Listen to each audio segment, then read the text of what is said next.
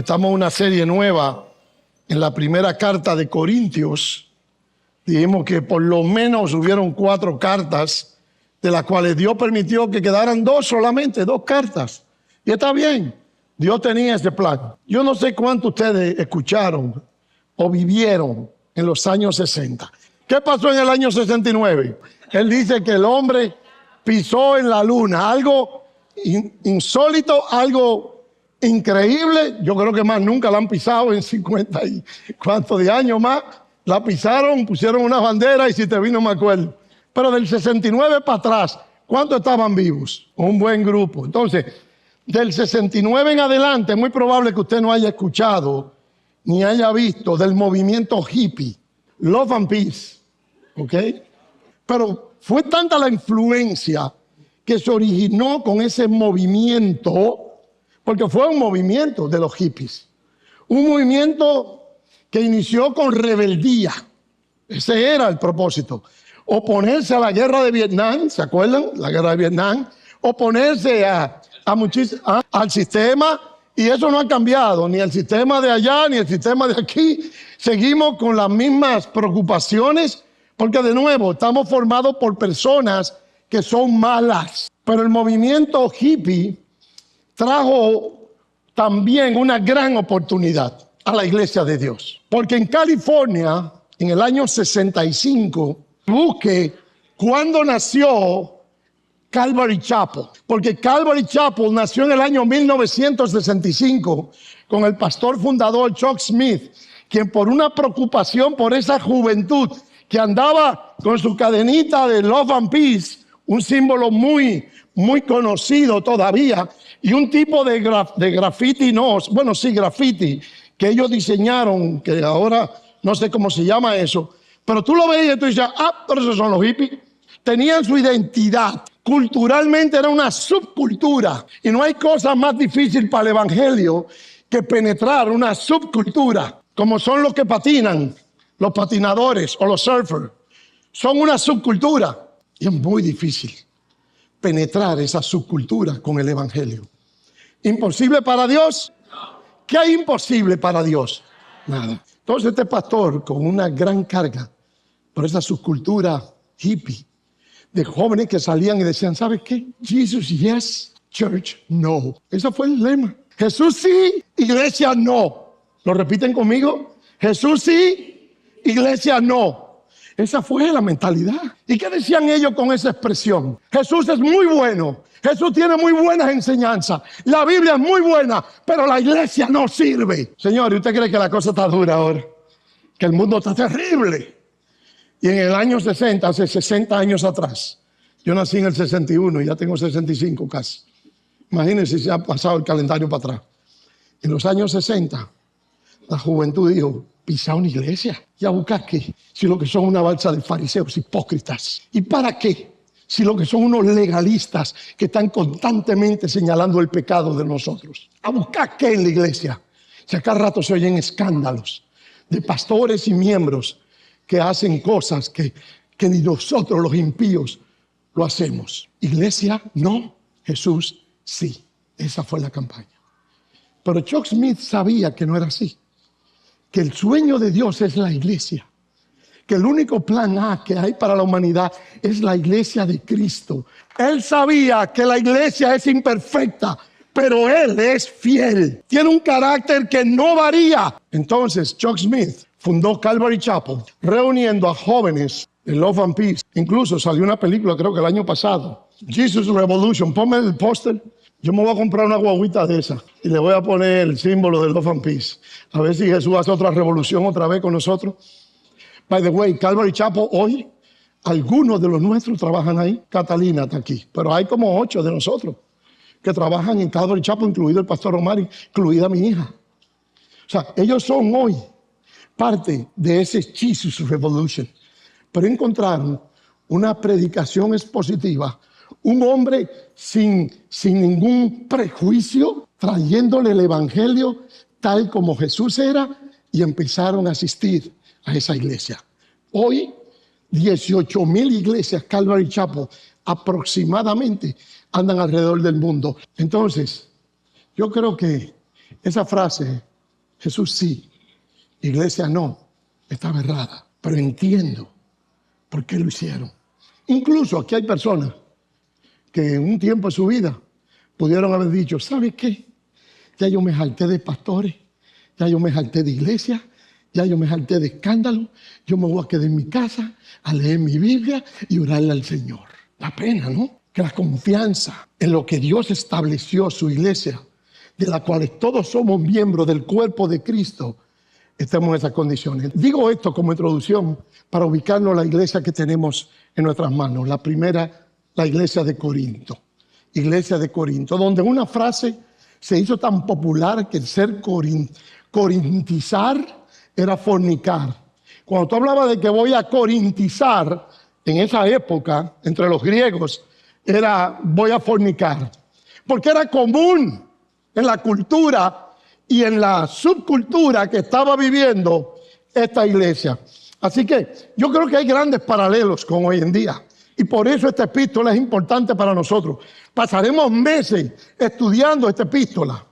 Pero yo creo que por eso nosotros hemos ido trabajando en nuestra cultura y en nuestra congregación. Ahora, si usted lee la carta entera, la primera y la segunda, usted dice, hoy Dios nos libre de ser así como iglesia real. Y yo diría que no estamos tan lejos a las cosas y los escándalos que vivió la iglesia de Corinto.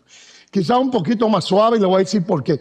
Porque yo creo que no estamos al nivel de la iglesia de Corinto, honestamente, aunque hay un gran paralelo entre la iglesia real y la iglesia de Corinto. ¿Por qué?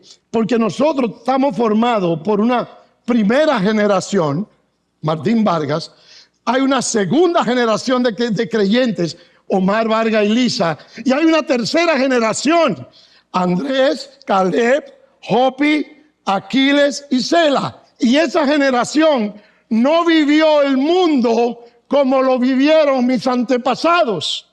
Entonces, como iglesia, yo tengo el privilegio, y muchos de ustedes también, que sus hijos han nacido aquí, han crecido aquí, se han levantado aquí, han salido a estudiar de aquí, y ahora les toca demostrar que lo que eran son de real.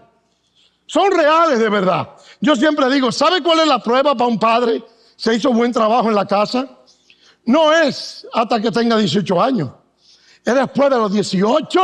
Porque cuando ellos salen a la universidad, bingo, ahora agárrate. ¿Por qué? Porque ahí se va a saber cuando papi no esté mirando, cuando mami no esté mirando, cuando yo te metí en la habitación con una roommate, si es verdad que el grapela, si es verdad que yo era de lo que yo decía. ¿Por qué hay el número más grande de creyentes que dejan la iglesia? Pasan después que se van a la universidad. Averigüe. Pero yo no hice mi trabajo, sí. Yo lo presenté aquí y el pastor me dio una carta para que se la abriera a esa niña a los 12 años. Y yo lo hice y la mantuve enseñándole todas mis reglas y todas mis condiciones. Regla aquí, regla allá, regla allá. Y la niña, sí papá, sí mamá, sí papá, sí mamá, sí papá, sí mamá. Yo cumplo 18. Yo me voy de la casa. Entonces, ¿qué hacen? ¿Qué pasó? ¿Quién falló? ¿Jesús? ¿Dios? ¿La Biblia? ¿Yo? ¿La iglesia? ¿Nuestra familia? Pero definitivamente, yo creo que por eso estamos enfocados en redireccionar el énfasis que nuestra iglesia, y hablo de la nuestra, de la local de aquí. Yo sé que hay una iglesia universal, pero hay una iglesia también local, que es iglesia real. Una de 21 iglesias que me ayudaban a hacer. En mi juventud, cuando yo conocí a Jesús, les soy honesto de corazón, pero yo no recuerdo entre mis amigos ninguno que viniera nunca a mí. Yo tengo una ansiedad. Yo estoy sufriendo de ansiedades y de depresión. Jamás en mi vida escuché yo eso. Jamás. De los jamases. No, es que ahora mismo tengo un deseo de suicidio. ¿De qué? Un niño de 13, 14, 15, 16 años, depresivo y ansioso. Si un muchacho vive en la casa y el papá y la mamá se lo pagan todo. No paga luz, no paga agua, no tiene mortificación de que si van a cortar la luz o que si lo van a sacar porque no pagaron la renta. No, el muchacho no sufre eso. O si le van a reposeer el carro porque no pagaron la cuota. O qué hay para comer esta semana. No, eso lo sufren los papás y las mamás. Tranquilo. Y a veces los abuelos. Pero un niño de 13, 14 años, no, pastor, yo quiero hablar con usted porque mi hija está pasando por ansiedad. ¿Sabe lo que ha hecho eso con las iglesias? Que como eso es lo que estamos viviendo hoy en nuestro mundo, la iglesia, especialmente muchísimos de nosotros, incluido yo, no hemos bregado con eso nunca en nuestra vida. Y ahora tenemos que bregar con un muchachito de 11 años que dice que está ansioso. Y no sabemos ni cómo entrarle. Porque digo yo, ¿qué le voy a decir yo a este muchacho? ¿Qué le puedo yo decir? Es muy difícil. Y yo creo que peor aún es lidiar, que tampoco recuerdo haber lidiado con eso, con la identidad de género. ¿Qué yo soy? ¿Un varón o una niña? Mire, en el barrio mío y en la escuela mía, yo no recuerdo nunca. No te digo que no haya de eso, porque eso hay desde que nació la humanidad. Estoy diciendo que yo no lo experimenté. Entonces, hay padres como ustedes que están lidiando con sus niños, que dicen, pero el niño parece una hembra. Eso no es vuelta floja, yo no lo he enseñado así. Y se parten en 20 pedazos y tú dices, hay un problema aquí. ¿Y quién lo va a resolver? El pastor. Señores, la iglesia se está enfrentando a situaciones que jamás se imaginaba que podía manejar bien. Por eso nació Calvary Chapel. ¿Sabe lo que hacían las iglesias tradicionales, especialmente bautistas? Lo mismo que pasó con el movimiento de los morenos. No, morenos, aquí. No, los morenos que se reúnan por su lado. Nosotros somos una iglesia bautista. Para colmo es primera iglesia bautista. Son primeros siempre. Primera iglesia bautista de Birmingham, Alabama. Y tú entras por ahí y tú nada más ves puro blanco. Why? Los negros no podían estar en los años 60. ¿Por qué Martin Luther King dijo, I have a dream? Que algún día mis hijos no sean catalogados ni juzgados por el color de su piel. Y yo sigo con ese dream, porque yo tengo un sueño que algún día nuestros hijos, como pasó con Omar en Wheaton College, no sean juzgados ni criticados por el apellido latino que lleva atrás, Vargas. Pero lo hacemos. Y en las iglesias, qué increíble sociedad. Y la iglesia de Corinto tuvo que enfrentarse a una subcultura que la rodeaba. ¿De qué? De inmorales, fornicarios, afeminados. Y Pablo le dice en esta carta, esto erais algunos a la iglesia, recordándole a Ernesto lo que él era antes de Jesús. Para que hoy en la iglesia, él no sea el primero que rechace a esos, sino que pueda con el evangelio y con Jesús atraerlos a Dios realmente. No una religión. Religión hay muchas allá afuera. Y a veces muy cristianas evangélicas, religiosas. Estos eran algunos. En otras palabras, es difícil soltar la mochila, ¿verdad? Soltar la mochila de pecado. Es muy difícil soltarla. Entonces yo quiero que usted entre a esta lección de hoy, que se está acabando ya en 40 minutos, con la mente de ubicarse en la realidad de quién es usted delante de Dios. ¿Quién tú eres? ¿Quién tú eres? ¿De quién tú eres hijo? Porque eso es algo muy... Yo soy hijo de fulanito de tal. ¿Sabe de quién yo soy hijo? De Dios. Y no para patear calles de oro y mar de cristal solamente, ni que para reclamar las bendiciones y posesiones que el diablo me arrebató. Yo soy hijo para parecerme a mi papá. Y que mi papá, cuando me vea, me diga, mi hijo, qué buen hijo tú eres. Pero no por ti, porque tiene que recordármelo cada semana. ¿Qué es lo que tú te estás creyendo? Que tú eres la última Coca-Cola del desierto en la iglesia evangélica.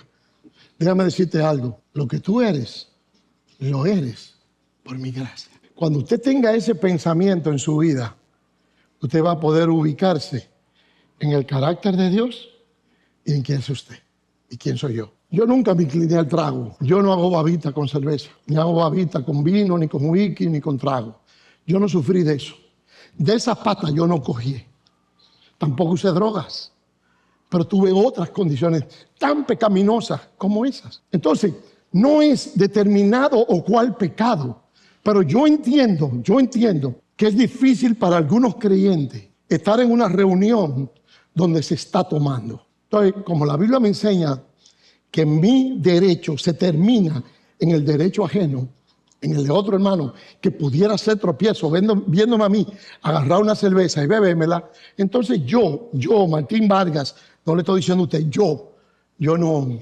Pero ¿sabe lo que aprendí con los años? Ya llevo 47, voy a cumplir este año. Y ahorita, cuando yo llegue a los 50 años en Cristo, 50 años en el Señor, caminando mano a mano con Jesús, si Dios me lo permite ver, y espero que sí. Somos grandes pecadores, diga somos grandes pecadores, pero nosotros, los grandes pecadores que hay aquí y allá arriba, y los que están en la línea, respondemos a una gracia mucho más grande que los pecados que tiene Martín Vargas. Ese es el Dios que yo adoro.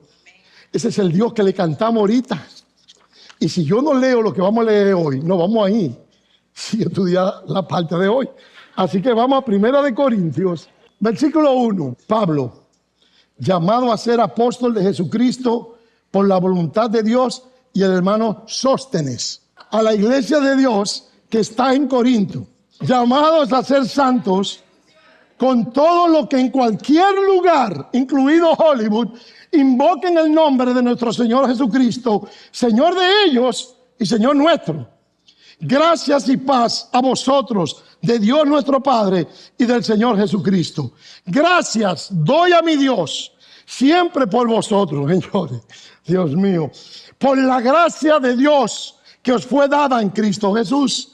Porque en todas las cosas fuiste enriquecido en Él, en toda palabra y en toda ciencia, así como el testimonio acerca de Cristo ha sido confirmado en vosotros, de tal manera que nada os falta en ningún don, esperando la manifestación de nuestro Señor Jesucristo, el cual, Jesús, también os confirmará hasta el fin, para que seáis, ¿qué? Irreprensibles en el día de nuestro Señor Jesucristo. Fiel, diga fiel. Fiel es Dios, por el cual fuisteis llamados a la comunión con su Hijo, Jesucristo, nuestro Señor. Yo creo que de corazón, si a mí o a alguno de aquí, y a alguno que conozco muy bien, varones y hembras, le tocara escribirle una carta a la iglesia de Corinto, él empezaría quizás así, incluido yo creo, honestamente. Pasa que el Señor me ha dado una convicción en esta serie. Mire que solamente el Espíritu Santo puede hacerlo. Yo hubiera empezado así. Hermanos de Corinto, ¿algunos de ustedes creyentes? Honestamente. Porque lo que vamos a penetrar y a ver en las próximas semanas es de loco, para que exista en una iglesia de Cristo. Entonces yo creo que ¿alguno de ustedes es salvo de verdad? ¿Sabe cómo Pablo empezó esta carta? Con la gracia de Dios, con la gracia de Dios. Y empezó una introducción, pero no la gracia que nosotros nos llenamos la boca proclamando. Yo escucho a muchos evangélicos y amigos míos, no, que la gracia de Dios, no, que por la gracia de Dios, no, que gracias a la gracia, porque yo soy salvo por la gracia. ¿Sabe hasta cuándo es esa gracia? Hasta que uno de sus familiares o a uno de sus amigos o alguno de sus pastores caigan y tropiecen. Hasta ahí llegó la gracia. Ahí usted agarra y lo expone públicamente. Ahí usted lo patea y lo señala porque tropezó y porque ensució y mancilló el nombre de Jesús y sobre todo su iglesia. Ahí se nos olvida la gracia. Pablo pudo haber hecho lo mismo. Al recibir noticias de cómo estaba la situación de la iglesia. Una iglesia que, como vimos la semana pasada, entre sus pocos problemitas que tenía, estaban fornicando unos con otros, al punto de que había personas que estaban fornicando con la esposa de su papá. Ese es un nivel, mire, grande liga ya, en fornicación. Eso hay categorías, esa era la clase A en pecado. Número 2, estaban divididos, siguiendo a 4 líderes. La iglesia estaba dividida, y una iglesia dividida no puede llegar ni a la esquina. Estaban divididas. No solamente eso, estaban dudando de los dones espirituales. No sabían bien para qué Dios les dio dones. Estaban abusando de la cena del Señor. ¿Sabe lo que iban esta gente? Estos simpáticos hermanos de Corinto. Ellos iban a la iglesia. Ay, hoy es el primer domingo del mes. No toca Santa Cena. ¡Guapa! No toca Santa Cena. ¿Sabe para qué era? Para beberse el vino. ¿Y sabe cómo salían? Comiendo y bebiendo. Emborrachados. Como gentiles. Pero eran creyentes. Yo lo he escrito. Y de verdad son creyentes, porque somos número 1 para juzgar al otro. Y Pablo no lo hizo. ¿Y sabe cómo le empezó? Gracia y paz a vosotros. Así arrancó. En las cartas que ellos hacían en el sistema romano y griego, normalmente no es como nosotros escribimos. Nosotros escribimos, querido Martín, y escribimos toda, redactamos la carta y terminamos atentamente o con mucho cariño, os saluda Martín Vargas. Ellos no abrían así las cartas. Las cartas se hacían al revés. Se presentaba el autor, Pablo, dice apóstol de Jesucristo por la voluntad de Dios. Y hace esa introducción, arrancando la carta. Ahora, que utilizar el término gracia solamente me trae a la memoria cuando vimos la serie de Lucas. Porque en el capítulo 7 al Señor Jesús lo invitaron a una fiesta. Simón, uno de los cocotuces fariseos. Y él fue a su fiesta. Él no le dijo, van a beber cerveza, van a estar bebiendo vino, porque si es así yo no voy. No, él fue. ¿Y por qué usted cree que a Jesús le decían comedor y bebedor? Porque bebía agua o Sprite. Por favor. El Señor llega a la fiesta, está ahí con ellos y se acerca a una mujer pecadora. Y cuando la Biblia dice pecadora, no es que los demás no eran pecadores. Es que de nuevo, estaba en un ranking de pecado, en prostitución y en cosas que, mire, usted no se lo desea ni a una esposa suya, ni a una hija suya, ni a una mamá. Un nivel serio de prostitución y de sinvergüencería. Pero ella viene y ve al maestro y se le tira llorando con lágrimas a los pies. Y empieza con su pelo a enjugarle los pies, a limpiarle los pies. Que era una costumbre muy de sirvientes en Medio Oriente, porque la gente andaba en chancleta. Entonces, con esa chancleta, cuando usted caminaba por los pueblos, se le ensuciaban los pies. Entonces venían y te lavaban los pies. Por eso vemos en Juan 13 el Señor lavando los pies a los discípulos como un símbolo de humildad. Pero esta mujer vino y le lavó los pies. ¿Y sabe lo que dijo la gente en su corazón? Entre ellos Simón. Primero, una pregunta. ¿Jesucristo sabía quién era la mujer? ¿Y qué hizo? ¿Qué te dije ahí, muchacha? Pecadora. No me tope los pies. Al contrario, la dejó que le quisiera eso. La dejó que le adorara. ¿Quién? La prostituta. Sin embargo, el religioso, el correcto, el que va a la sinagoga, el que va a la misa, el que lee la Biblia, el que va a la barca, en su mente, porque no se atrevió a decírselo a Jesucristo, pues para colmo son hipócritas. Porque usted le dice a la persona lo que es, usted es un hipócrita. Usted se lo dice a otro, de otro, usted es un hipócrita y un chismoso o chismosa. Pasa que aquí no hay chismosa, nada más hay chismoso. ¿Sabe lo que le digo al Señor? Y vuelto a la mujer, le dijo, se viró a la mujer el Señor. Y le digo a Simón, mirando a la mujer y señalándola, ¿tú ves esta mujer? Escucha estas palabras de su maestro. Yo entré en tu casa, Simón, y no me diste agua para mis pies. Mas esta ha regado mis pies con lágrimas y los ha enjugado con sus cabellos. No me diste un beso, mas esta desde que entré no ha cesado de besar mis pies. No ungiste mi cabeza con aceite, mas esta ha ungido con perfume mis pies. Por lo cual te digo, oiga, ay. Por lo cual te digo que sus muchos pecados, ¿cuántos? Muchos pecados les son perdonados. ¿Y sabe por qué? Dio una clave que yo le he vivido por muchos años en mi vida. Al que se le perdonó mucho, ama mucho a su Señor. ¿Cuál es el número uno aquí de los pecadores? Levántame la mano. Bueno, no, pero el número uno, que sabe que si ahora mismo salieran aquí en colores los pecados suyos, no lo pongan en la pantalla porque va a explotar. A usted que se le perdonó mucho, usted va a agradecer y amar mucho a su Señor.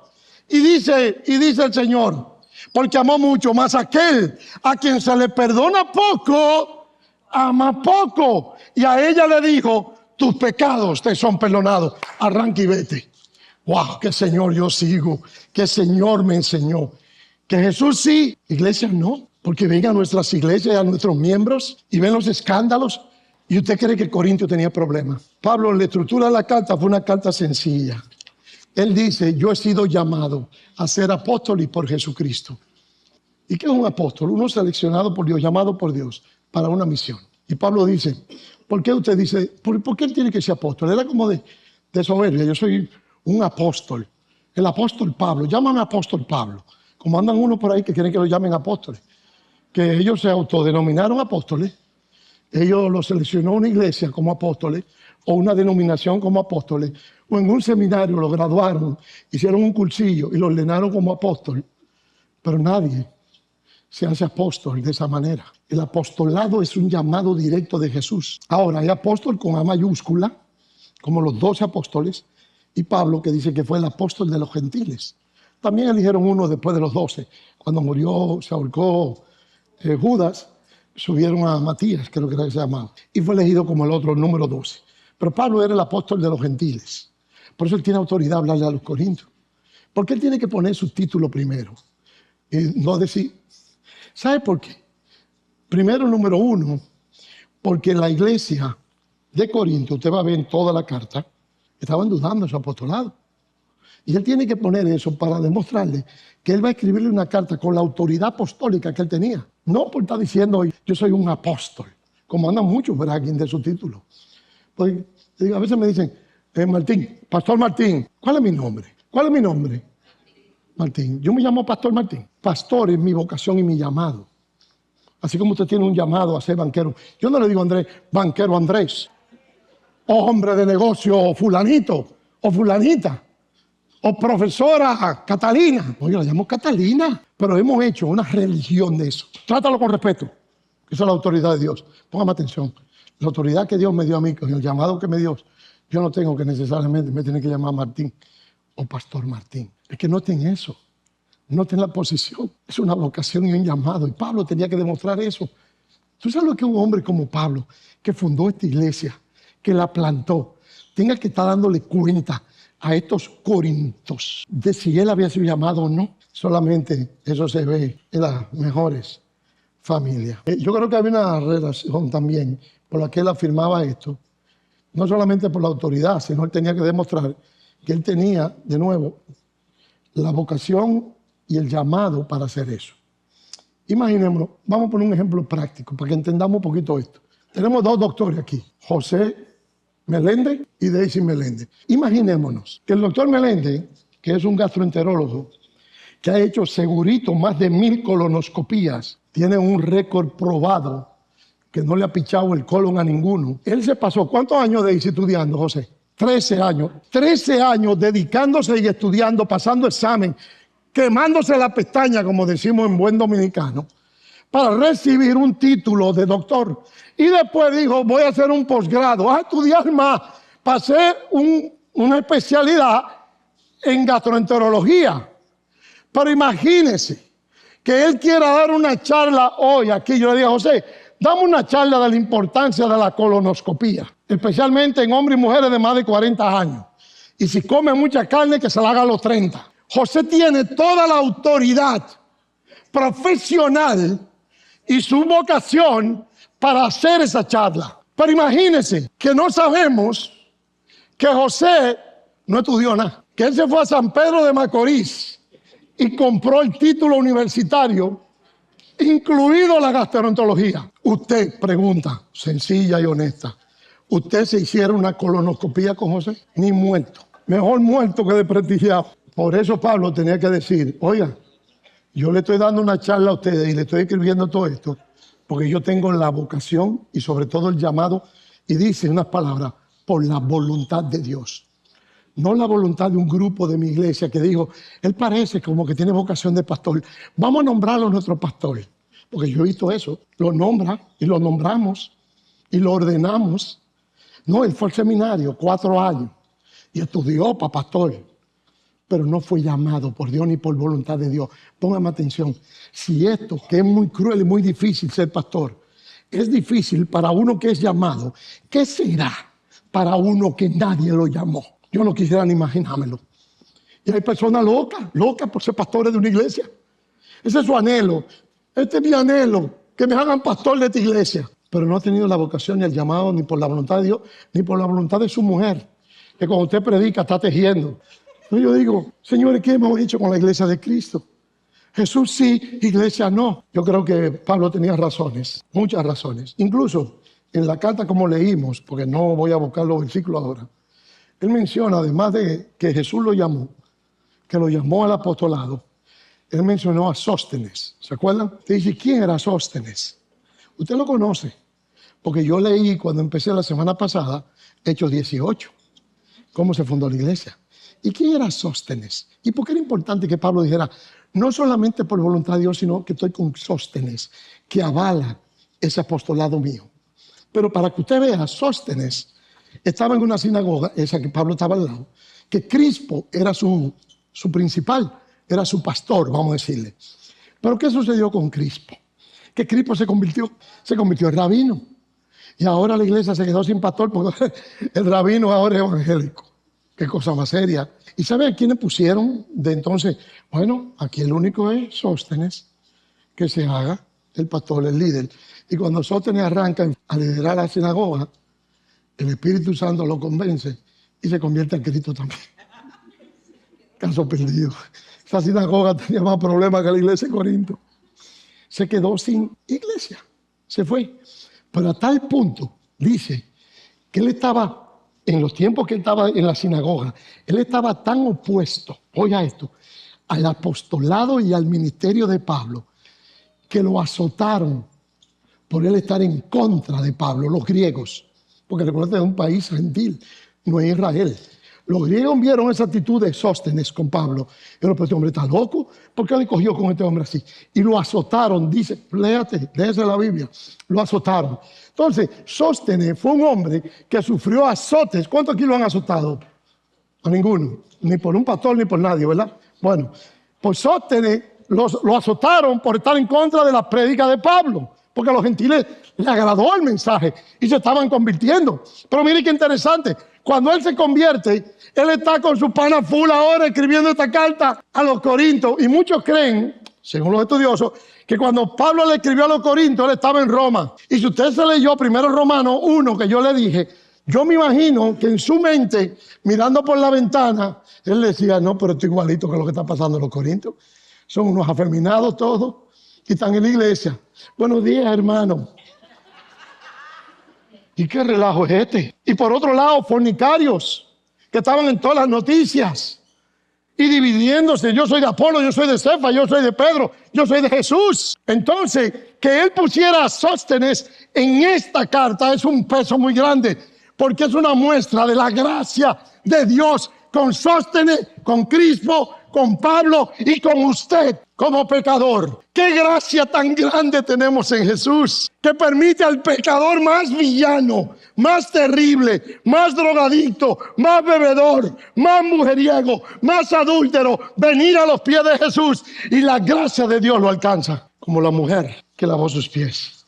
Y a la iglesia, ¿qué significa eclesía? Los llamados. Pero no los llamados como que algunos de nosotros queremos decorarlo. Es que yo he sido llamado fuera del mundo. Por eso yo soy eclesía. No, usted fue llamado a una cosa. A servir a Dios, a seguir a Dios, a glorificar a Dios. Ese es su llamado. Y ese es el mío. Y no tiene que ser pastor para ello. Simplemente usted viene y dice, yo quiero adorar a mi Dios, no solamente con mi garganta, no solamente cuando echo un sobre o mando un push pay. Yo quiero adorar a mi Dios cuando yo le arreglo a esos niños el playground. Pero no, nosotros no vemos eso en un acto de adoración. Posible. Tengo otras cosas más importantes. Y casi siempre son cosas sin importancia. Que me quedé jugando con el perro en un parque. Increíble a dónde llegamos. La gracia. Pablo, el apóstol, y Sóstenes. Un simple peón. ¿Era apóstol Sóstenes? ¿Era apóstol? No era apóstol. Pero era un hombre cristiano. Y tenía un testimonio de que él sufrió golpes por estar en contra de lo que Pablo hacía. Y Cristo le dijo, ven para acá ahora tú. Y lo alcanzó con su gracia. Y ahora está dando testimonio. Es como, ¿cuántos ustedes mojan la grama en su casa? ¿Cuántos tienen césped en su casa? Grama, levántame la mano. Ok. ¿Cuántos usan un sistema de reguío? Pero si usted es como el chavalo tiene una de las gramas más bonitas que yo he visto. Pero el chavalo no tiene un sistema de reguío. Está bueno, pero a él le gusta con su manguerita. Porque él quiere ver toda su grama verdecita. ¿Y sabe lo que él hace con una manguerita? Echándole chorrito de agua. Mojando su césped. Y Martín Valga, que tiene un sistema de sprinkler atrás y adelante, la grama mía está más fea que la de él. Porque es una gran lección. Algunos mojaremos con la sed del evangelio, con el agua del evangelio, a un nivel de manguerita. Otros a nivel de reguío. Pero cualquiera de los dos son tan importantes para el reino. Son parte de la iglesia real de Hollywood. Por eso que yo siempre le hago énfasis. Porque yo dije, usted sabe pintar. Qué chévere, coger. ¿Y qué yo estoy pintando? Una iglesia de Dios. Un edificio donde la iglesia de Cristo, que es la iglesia, se va a reunir muy pronto en ese lugar. ¿Y dónde se reúne ahora? Por los últimos 9, 10 años. En un lugar abierto, con un techo de eso, como hacen los Seminoles de Cana, y a la intemperie prácticamente. 9 años. Yo no pude aguantar. Pues yo estoy muy cómodo en este edificio. con todas las dificultades que tenga el edificio, pues un edificio viejo. Yo tengo un aire, yo tengo un café, que me dan un café y me dan unos sanguchitos, que cada vez se hacen más cortos porque son más gente. Ya cada vez yo no sé lo que me van a dar, me van a dar ya una esquinita. Porque ya los sándwiches los parten como en 19 pedazos. Y la donan 23. Dios es un Dios de gracia. Y a pesar de los pecadores que eran esta gente, a pesar de los pecadores, usted vio una lista importante. Pablo le dijo, ustedes son ciudadanos del cielo. ¿Usted cree que Pablo mintió? ¿Sabe por qué? Porque su identidad no era Corinto. Su identidad era en Cristo Jesús. Mi identidad no es la ciudad o el país, que muy mal hemos hecho.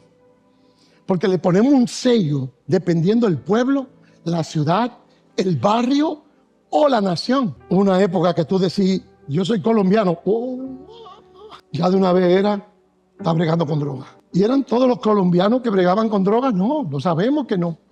Son más los buenos que los malos, pero que los malos hacen mucha bulla. Yo soy de San Francisco de Macorís. ¿Sabe por qué eran famosos o siguen siendo famosos los macorizanos de San Francisco? Por dos cosas. Hay una frase que le dicen, ¿qué tú eres? Macorizano tira piedra. Porque en todos los rebuses de la Universidad de la UAS y en cada revolú que se armaba de huelga y quemando goma, había quienes estaban tirando piedra. Un macorizano. Entonces nos pagaron un ticket a nosotros que todos los que son de Macorís tiran piedra. Yo nunca he tirado una piedra, pero se me quedó el sticker. O peor aún, los tigres que me han bregado con droga en República Dominicana, donde está la casa más grande de narcotraficantes en San Francisco de Macorís. Entonces la gente dijo, esos fueron los primeros que abrieron la puerta aquí con la droga. Entonces llegaban a los campos y los muchachos veían la casa. ¡Ah! Pero eso se fue ayer para Nueva York. ¿Y de dónde sacó tanto cuarto? Definitivamente. Entonces yo tengo 2 sellos sin haber nunca bregado con droga y sin haber nunca tirado una piedra. Yo soy un macorizano tirapiedra y brego con droga. Es fácil llevar eso, ¿no? Pero ¿qué dice Pablo? Tú eres ciudadano del cielo, Martín. Tu identidad no está en Macorís, ni en dominicano, ni que eres republicano ni demócrata. Tu identidad está que tú eres de Cristo Jesús, ciudadano del cielo. Porque nosotros tendemos a tomar partido de un lado. No, esto no me gusta, el otro no le gusta. Y tomamos partido, yo soy de Pablo, yo soy de Apolo, yo soy de Cefa, yo soy de Tron, yo soy del otro. Y Cristo me dice, oye, bájate de eso, que toda esa gente se va a morir. Tu identidad no está en el partido político, tu identidad está en Cristo Jesús, ciudadano del cielo. Vive como uno. Número 2, no solamente eran ciudadanos del cielo, Pablo dice, ustedes siguen siendo santificados. La sacó del parque Pablo. Llamados a ser santos. ¿Eran ellos santos en la práctica? ¿Sí o no? No, está claro. Que con lo que vamos a estar estudiando no vamos a ver mucha santidad. Santidad no la vamos a ver en la iglesia. Entonces, pastor, ¿sabes lo que Pablo está diciendo? Martín, tu santidad, el que tú eres santo, es por la gracia de Dios, no es por ti. ¿O tú crees que tú puedes hacer algo? ¿Algo hiciste tú? Gracias. ¿Qué es lo que es gracia? Un regalo, un favor no merecido. Martín no se merecía la salvación. Eso es gracia. Entonces, si me la dio Dios y yo no me la merecía, ¿cómo yo puedo pasarme la vida entera tratando de hacer cosas buenas, santas, para ser agradable y que Dios vea aplauso? Martín está llegando cada vez más cerca del cielo porque hizo tantas cosas buenas, lo puso en una balanza, hizo más cosas buenas que las malas. Entonces, ven a disfrutar del gozo de tu Señor. Si eso fuera así, no fuera gracia. Yo no me lo merecía. Y por eso esta prostituta en los pies no se merecía el perdón de Dios y Dios se lo dio.